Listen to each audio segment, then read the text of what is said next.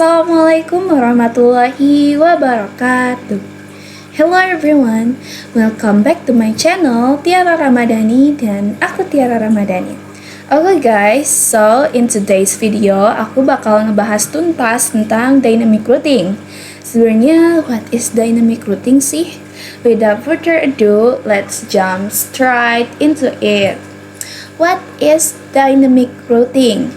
Dynamic routing adalah metode pengalamatan rute jaringan di mana router menggunakan protokol rute khusus untuk saling bertukar informasi mengenai topologi jaringan secara otomatis. Jika terjadi perubahan struktur jaringan seperti jalur putus atau adanya router baru, protokol ini akan menghitung ulang rute tercepat secara otomatis atau convergence. Oke, di sini ada jenis berdasarkan area atau lingkup. Yang pertama itu ada IGP atau Interior Gateway Protocol. Ini tuh untuk routing di dalam satu organisasi atau AS yang disingkat Autonomous System. Yang kedua ada RIP, EIGRP, OSPF, dan ISIS. Yang ketiga ada EGP atau Exterior Gateway Protocol. Ini tuh untuk routing antar organisasi atau antar AS. Yang terakhir ada BGP atau Border Gateway Protocol. Nah, ini tuh untuk antar negara gitu. Untuk routing antar negara. Oke, next di sini ada komponen dasar dynamic routing. Yang pertama ada neighbor. Ini tuh router lain yang saling bertukar informasi routing. Yang kedua ada metric. Ini tuh nilai untuk menentukan jalur terbaik, bisa berupa hop count, bandwidth, delay, dan lain-lain. Yang ketiga ada routing table. Ini tuh tabel berisi daftar jaringan, tujuan, dan jalur menuju ke sana. Yang keempat ada algorithm. Ini tuh proses matematika untuk menghitung jalur terbaik. Contohnya Dijkstra atau Bellman-Ford. Nah, jadi intinya dynamic routing itu tuh kayak aplikasi Waze atau Google Maps. Jadi kalau jalanan di depan macet atau ditutup, dia bakal otomatis nyariin jalan pintas baru yang paling cepat tanpa perlu kalian atur manual gitu. Beda sama static routing. Yang kemarin kita bahas, static routing kan harus kita masukin satu-satu atau secara manual. Tapi kalau misalnya dynamic routing itu tuh secara otomatis. Kayak gitu. Next kita bahas tentang EIGRP. Nanti kita udah bahas EIGRP, kita langsung implementasi ke Cisco Packet Tracer-nya. Kita bahas dulu what is EIGRP. EIGRP atau disingkat E-Hanked Interior Gateway Routing Protocol adalah protokol routing dinamis buatan Cisco. Sekarang sudah jadi open standard yang bertugas menentukan jalur terbaik untuk pengiriman data dalam sebuah jaringan komputer. Nah, ada cara kerja EIGRP. EIGRP ini bekerja dengan menukar informasi routing antar router dalam satu Autonomous System Number atau ASN. Langkah kerjanya yang pertama, neighbor discovery. Router EIGRP saling mengenali atau membangun adjacency dengan router tetangga melalui pesan hello. Yang kedua ada topologi exchange. Setelah terhubung, router saling bertukar tabel topologi berisi semua rute yang diketahui. Yang ketiga ada route calculation. EIGRP menggunakan algoritma dual atau difungsi update algorithm untuk memilih router terbaik tanpa loop. Yang keempat ada routing tabel update. Nah, ini tuh jalur terbaik disimpan di routing tabel dan hanya perubahan atau bukan seluruh tabel yang dikirimkan ke router tetangga membuat EIGRP efisien. Jadi, intinya EIGRP itu tuh kayak si kurir kilat khusus gitu. Kayak kurir paket khusus yang pinter banget. Dia tuh cuma mau lewat jalan yang paling cepat dan gak suka nunggu. Dia tahu persis mana jalanan yang sepi biar paket kamu nyampe kilat. Kayak gitu konsep EIGRP tuh. Oke, langsung aja kita implementasi ke Cisco Packet Tracer. Oke, aku udah masuk ke aplikasi Cisco Packet Tracer-nya. Oke guys, my bad buat implementasi di Cisco Packet Tracer ini. I'm keeping it facecam free biar tampilannya tetap clean aja dan gak distracting gara-gara ada muka aku. Oke, langsung aja kita implementasiin EIGRP. Di sini aku udah nyiapin 3 router sama 3 PC. Nah, di sini IP jalurnya yang pertama ada 10.10.10.1 dan yang keduanya ada 20.20.1. Di sini aku pakai IP address sama IP gateway-nya 192.168.10.1 buat IP gateway dan 192.168.10.2 buat IP address di PC. Dan yang router kedua sama router ketiga juga sama, cuman beda belakangnya. Kalau misalnya yang router 2 ini 20, kalau misalnya yang router 3 ini 30. Oke, di sini kita langsung aja konfigurasi port router ke 1. Kita mau aja di sini kita enable configure terminal, terus kita masukin interface get 0 size 0, terus kita masukin IP jalurnya 10.10.10.1 255.255.255.22. Ya, kita tinggal no shoot aja. Nah, di sini kita konfigurasi port ke PC yang 0. Di sini kita masukin interface get 0 size 1 kan ya? Coba kita lihat dulu. Betul, get 0 size 1. Oke, kita langsung enter aja di sini, terus masukin IP addressnya yang 192.168.10.1.255.255.255.0. Terus kita no shoot aja. Terus kita exitin aja. Oke, udah beres. Yang router pertama tinggal ke router kedua. Kita no enable configure terminal. Terus kita kita konfigurasi port ke router yang 0. Kita masukin interface get 0 size 0. Terus kita masukin IP jalurnya yang di tengah 10.10.10.2 255.255.255.252. Terus tinggal no shoot.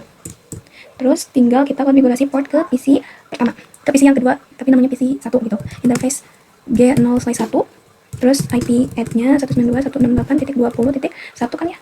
255.255.255.0. Terus kita no shoot. Nah, di sini tinggal konfigurasi port ke router yang kedua. Kita masukin interface G0 size 2 kalau nggak salah, coba lihat. Ya benar, G0 size 2. Kita enter. Terus kita masukin IP jalurnya yang 20.20.20.1 255.255.255.2. Terus kita no shut, kita exit.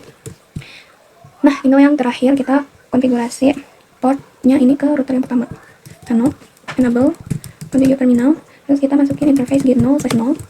Terus kita masukin IP jalur yang terakhir 20.20.20.2 255.255.255.252. Terus kita no shut. Kalau udah, kita konfigurasi port ke PC yang terakhir, interface get 0 size 1 kan ya.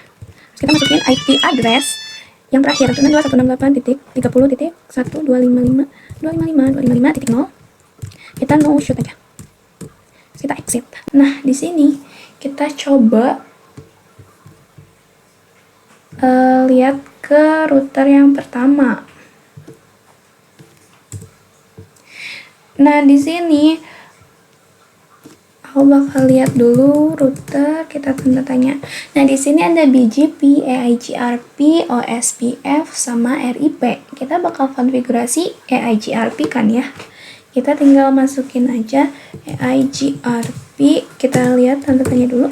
Oke, di sini ada ASN atau Autonomous System Number. Nah, ini tuh kita bebas pilih mau angka berapa yang kita pakai. Boleh dari angka 1 sampai angka 65.535. Nah, aku bakal pilih angka 1 aja. Oke, kalau misalnya udah, kita enter, terus kita masukin network. Kita masukin networknya yang pertama, IP jalurnya 10.10.0. Terus di sini kita masukin network yang 192.168.10.0. Terus aku bakal pakai no auto summary. Nanti aku bakal jelasin kenapa aku pakai auto summary ini. Kita ubah dulu ini ke mode EIGRP ke semuanya. Kita tinggal masukin router EIGRP 1, terus networknya yang sama yang 10.10.10.0. Terus nah, di sini udah ada nih 10.10.10.1 gigabit ethernet 0 size 0 is up new adjacency. Oke, kita kasih di sini kasih network Yang kedua 20.20.20.0. Kita masukin network yang 192.168.20.0. Kita no auto sumber. Oke, tinggal ke yang ini. Yang ini juga sama, kita tinggal masukin aja router IGRP 1. Terus kita tinggal tambahin network yang 20.20.20.0. Tinggal tambahin network 192.168.30.0. Nggak usah masukin subnet masknya ya. No auto summary. Nah, oke, kita udah mengubah ketiga router ini jadi IGRP. Sekarang aku bakalan cek. Kita exit dulu. Harusnya aku cek yang awal dulu, tapi nggak apa-apa, kita biar sekalian aja. Kita cek do show IP route. Nah, di sini ada D ini apa? D ini IGRP. Nah, D ini 192.168.20.0/24 via 10.10.10.2. Nah, di sini juga ada 192.168.30/24 via 10.10.10.2 juga. Nah, di sini kita bakal lihat IP network-nya di router yang kedua. Kalau lihat IP network tuh di router yang kedua, kita langsung aja masukin do show IP name. Salah ya. Kita masukin do show IP IGRP name. Nah, itu singkatan dari network. Nah, di sini udah ada nih tetangganya yang 10.10.10.1 sama 20.20.20.2. Tapi kita coba lihat di router yang ketiga ini. Nah, di router yang ketiga ini kita exit. Do show IP IGRP name. Nah, kenapa ini cuma satu? Ya karena si router yang ketiga ini nggak punya tetangga lagi. Jadi cuma ada satu tetangganya yang 20.20.1 ini gitu. Nah, aku bakal jelasin kenapa tadi aku pakai no summary ini. Jadi dulu banget ada aturan lama yang namanya classful routing, dimana router itu males nyimpen subnet mask yang ribet. Dia cuma mau tahu kelas IP-nya aja, jadi kayak contohnya kelas A, B, atau C. Nah, kalau auto summary dibiarin nyala, router bakal membulatkan IP ke kelas aslinya. Misalnya, kamu punya IP 192.168.1.1, harusnya /24. Tapi sama router dipaksa jadi 192.168.1.0, jadi kelas C standar. Nah, masalah utamanya ini, kalau kamu punya jaringan yang terpisah, misalnya 192.168.1.1 di kiri, terus di tengah ada jaringan lain, dan di kanan ada 192.168.2.0, router bakal nganggap semua itu satu jaringan yang sama gara-gara dibulatkan. Akhirnya, data kamu bakal muter-muter nggak karuan atau malah nggak nyampe sama sekali. Atau terjadi routing loop atau bahkan black hole.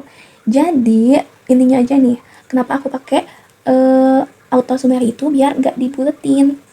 Nah, auto summary ini tuh fitur jadul yang maksa IP kita balik ke standarnya atau ke classful-nya. Terus biar subnet masknya juga aman. Jadi, dengan no auto summary, router bakal ngirim info jaringan apa adanya, termasuk CIDR atau subnet masknya yang spesifik. Gitu. Nah, untuk penjelasan IGRP mungkin cukup segini. Kita belum tes ping. Kita coba tes ping dulu kan. 192.168.10.2. 192.168.10.1. Kita bakal tes ping dulu.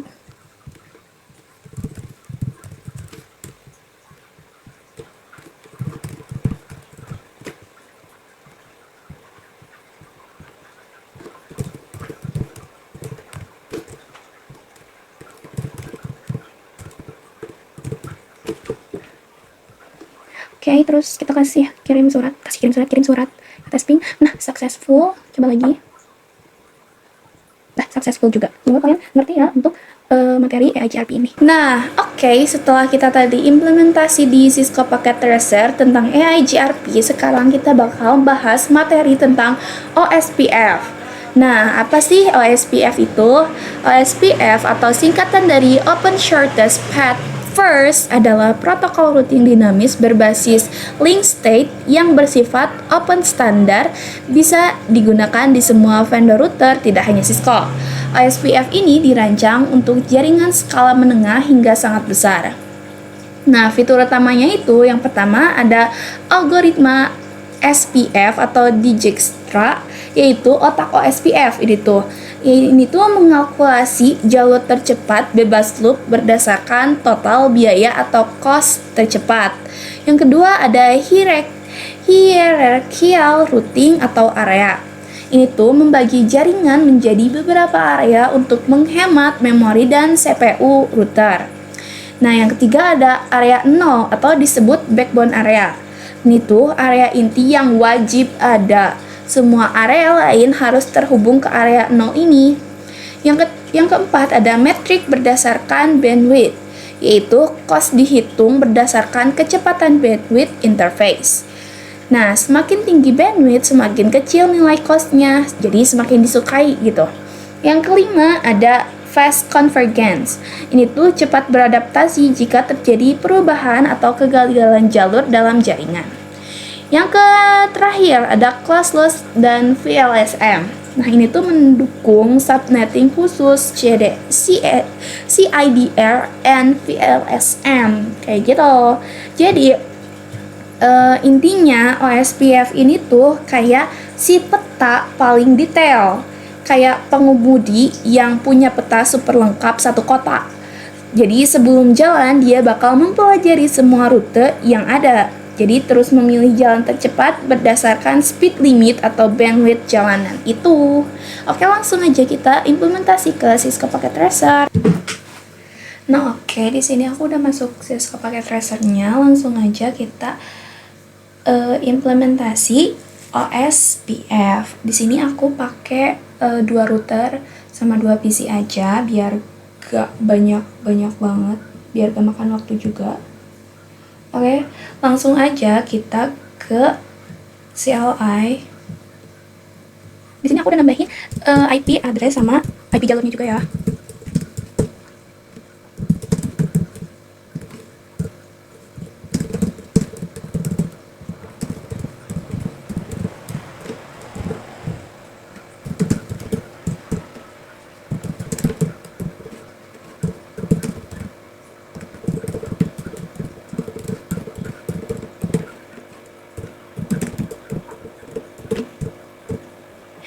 Nah, udah di sini aku udah setting IP interface-nya, tinggal yang sini, yang kedua.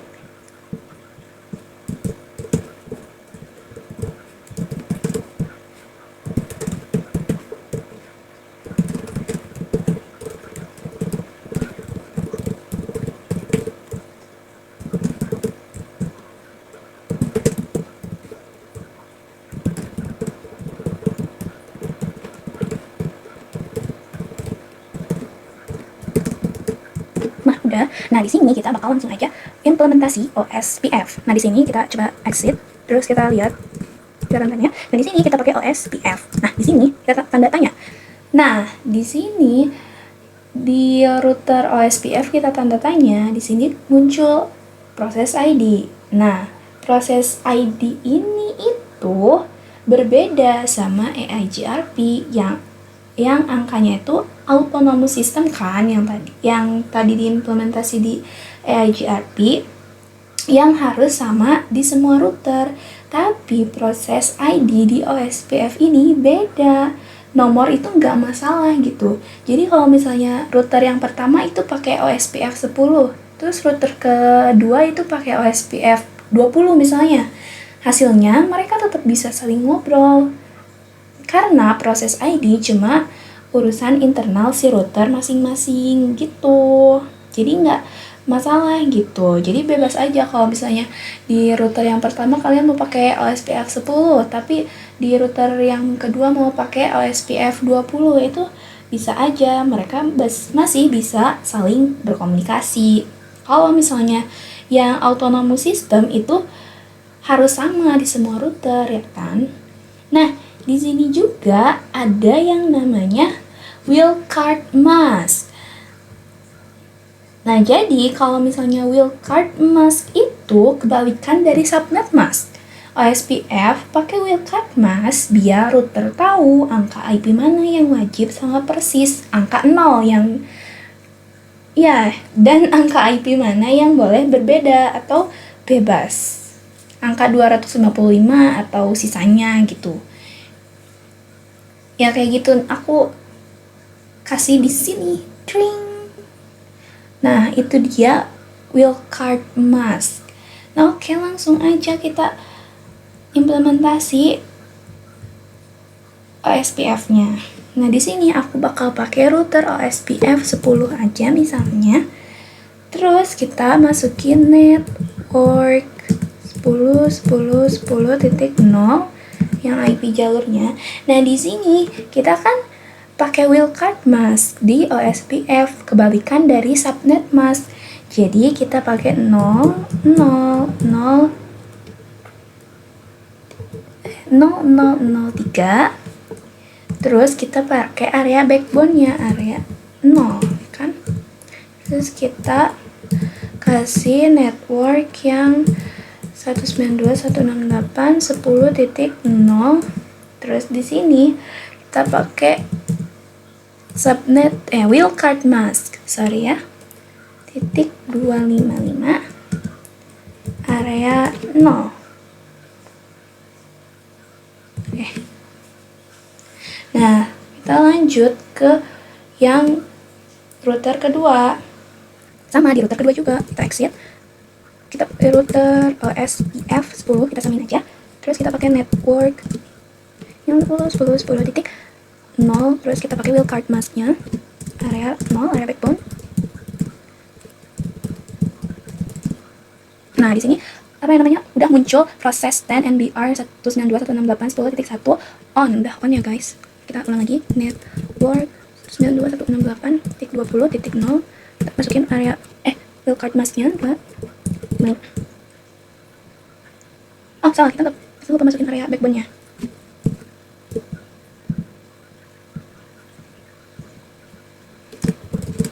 Nah, oke, udah. Sini kita udah selesai mengkonfigurasi OSPF, tinggal kita tes ping aja.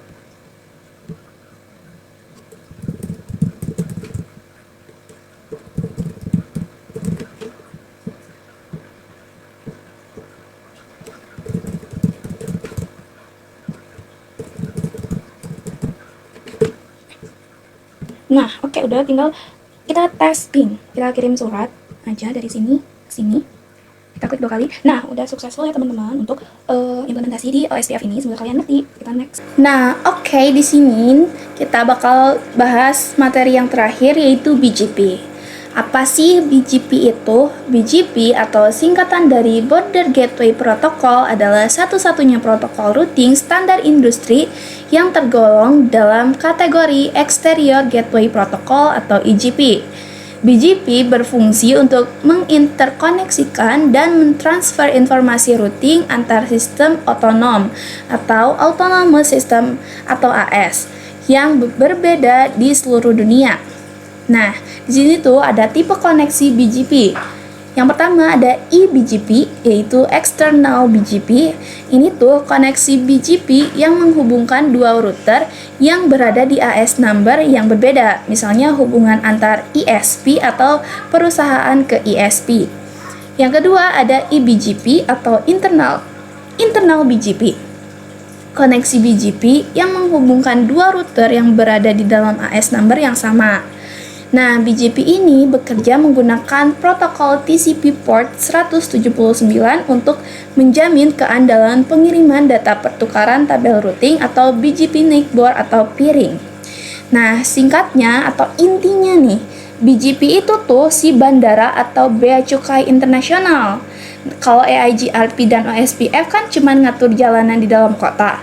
Nah, BGP ini tuh yang ngatur lalu lintas antar negara. Dia yang ngatur arus data raksasa antar penyedia internet atau ISP di seluruh dunia. Kayak gitu. Oke, langsung aja kita masuk ke implementasi BGP. Nah, oke, di sini aku udah masuk ke Cisco Packet Tracer-nya. Di sini aku udah nyiapin case 2 router sama 2 PC. Nah, di konfigurasi BGP ini aku implementasinya yang EGP atau External BGP, di mana router yang pertama itu berada di AS100 dan router yang kedua itu berada di AS200. Oke, langsung aja kita implementasiin ke CLI. Kita no aja, enter, kita enable, kita configure terminal. Terus kita masukin interface get 0 size 0. Kita masukin IP jalurnya. Nah, di sini kita pakainya subnet mask ya, bukan wildcard mask.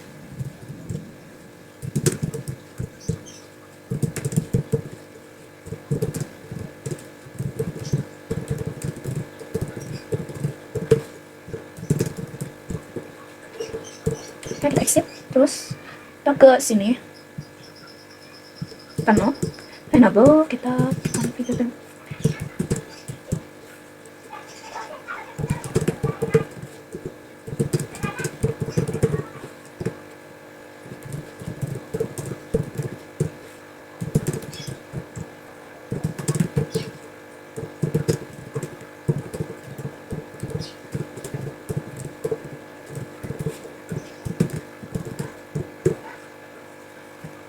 Terus kita exit. Kayak di sini langsung aja masuk ke router yang pertama. Nah, di sini kita langsung aja konfigurasi BGP. Ini kita lihat dulu ya. Nah, di router BGP ini kita kan pakai AS number. Di AS number router pertama kan kita pakai AS 100. Nah, yang router kedua atau router tetangga kita pakai AS 200. Nah, di sini kita langsung aja ketik router BGP 100 yang kita dulu, yang di router pertama, lalu kita masukin neighbor atau tetangga kita masukin IP jalur tetangga kita, titik 2, terus kita masukin remote AS. Nah, remote AS ini tuh perintah di BGP itu tuh kayak ibarat kalian lagi nautkan nomor atau paspor ID negara dari router lawan yang mau kamu ajak komunikasi gitu, atau kamu ajak peering atau jadian gitu. Jadi kan remote AS di router tetangga itu 200 kan, terus kita masukin aja remote AS 200. Oke. Nah, udah gitu, kita tinggal enter aja, lalu kita masukin network 192.168.10.0, terus kita masukin subnet masknya, tapi kita pakai perintah mask 255.255.255.0. Nah, udah deh untuk konfigurasi eBGP di router pertama. Nah, lanjut kita ke router yang kedua. Di router kedua juga sama, kita pertama masukin router BGP yang punya kita, yang di router 2, yang 200, terus kita masukin neighbor yang router pertama, 10.10.10.1, terus masukin remote AS-nya. Remote AS-nya 100 kan ya? Terus kita, nah di sini BGP change neighbor 10.10.1 up. Nah, di sini kita masukin network 192.168.20.0, terus kita masukin mask 255.255.255.0. Nah, oke, di sini udah. Terus kita coba lihat do show IP BGP summary. Nah, di sini neighbornya udah ada yang tetangga kita di router pertama. Coba kita lihat di sini di router yang pertama. Do show IP BGP summary. Nah, di sini juga di router pertama neighbornya udah ada yang router kedua. Coba kita lihat tabel routingnya ya. Do show IP rule. Nah, di sini udah ada B. B itu apa? Ya, B itu BGP. B 192.168.20.0/24 via 10.10.2. Nah, oke. Sekarang tinggal tahap terakhir, kita kasih surat atau test ping. Kita masukin dulu IP address-nya.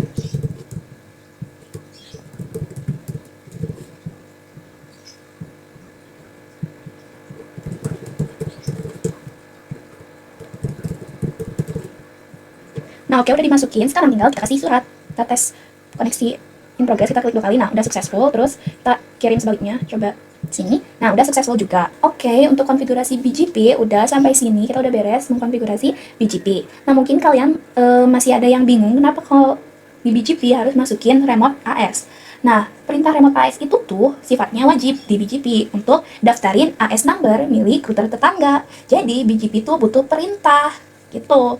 Butuh perintah, ada dua hal. Yang pertama itu untuk validasi keamanan koneksi TCP. Terus yang kedua biar router tahu dia lagi berhubungan secara eBGP kalau AS-nya beda, atau eBGP kalau AS-nya sama gitu. Kayak gitu. Semoga kalian ngerti untuk penjelasan materi dan implementasi EIGRP, OSPF, sama BGP. Okay, thank you so much ya guys udah nyimak video aku from beginning to end. Hopefully penjelasan aku clear, and my bad banget kalau ada salah kata. Catch you guys in the next video. Toodles!